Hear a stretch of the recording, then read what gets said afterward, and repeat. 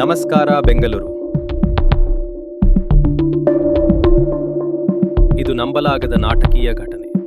ಪರಪ್ಪನ ಅಗ್ರಹಾರ ಜೈಲಿನಲ್ಲಿ ಜೀವಾವಧಿ ಶಿಕ್ಷೆಗೆ ಒಳಗಾಗಿದ್ದ ಖೈದಿ ಚೇತನ್ ಕಲ್ಯಾಣಿ ಬಿಜಾಪುರದಿಂದ ಬೆಂಗಳೂರಿಗೆ ಶಿಫ್ಟ್ ಆಗಿದ್ದ ಅವನು ಸಾಮಾನ್ಯ ಖೈದಿಯಲ್ಲ.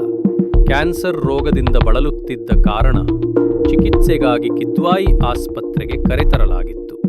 ಆಸ್ಪತ್ರೆಯ ಗೊಂದಲ, ಜನಜಂಗುಳಿ, ಕ್ಷಣ ಮಾತ್ರದಲ್ಲಿ ಎಲ್ಲ ಬದಲಾಗಿಬಿಟ್ಟಿತು. ಜೈಲು ಸಿಬ್ಬಂದಿಯ ನಿರ್ಲಕ್ಷ್ಯ, ಅವಕಾಶವನ್ನು ಬಳಸಿಕೊಂಡ ಚೇತನ್ ಕಲ್ಯಾಣಿ ಎಸ್ಕೇಪ್. ಆಸ್ಪತ್ರೆಯಿಂದ ಖೈದಿ ಹೊರಬರುತ್ತಿರುವ ದೃಶ್ಯಗಳು ಸಿಸಿ ಕ್ಯಾಮೆರಾದಲ್ಲಿ ಸೆರೆಯಾಗಿವೆ.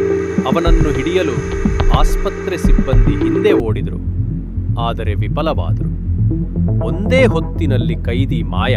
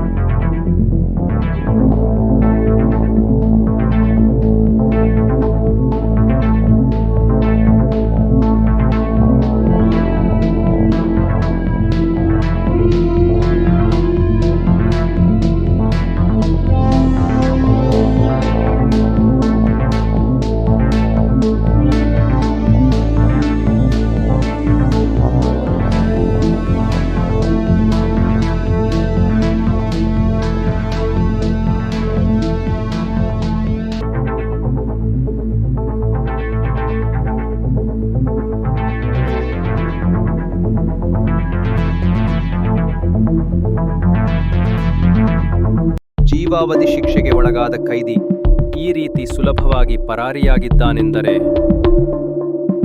ನಾಳೆ ಇನ್ನೇನು? ಇದೇ ಜನರ ಚರ್ಚೆ.